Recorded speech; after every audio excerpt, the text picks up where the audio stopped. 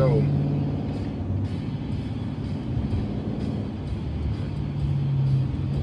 I have a car to work on this afternoon. It's a Porsche Panamera, and it has what sounds like a vacuum leak, although I've smoke tested it before and nothing ever shows up. It had a fault previously for the temperature sensor under the hood, which I ended up replacing the sensor, and the fault went away. But anyway, before we get into that, my favorite V8 sounds.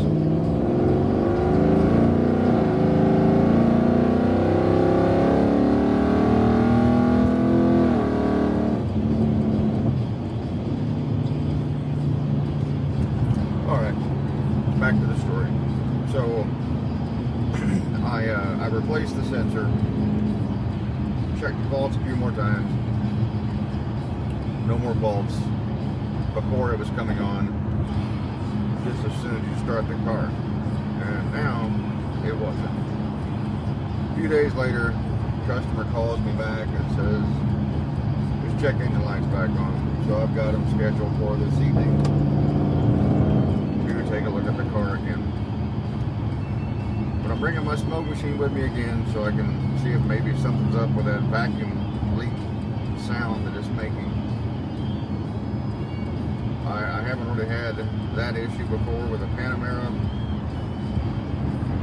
so I guess once I go to the car, I'll make a part 2 to this and say, oh, this is what I found, and if you have this vacuum sound but your smoke machine doesn't show anything, this would be what it is, or where to check anyway.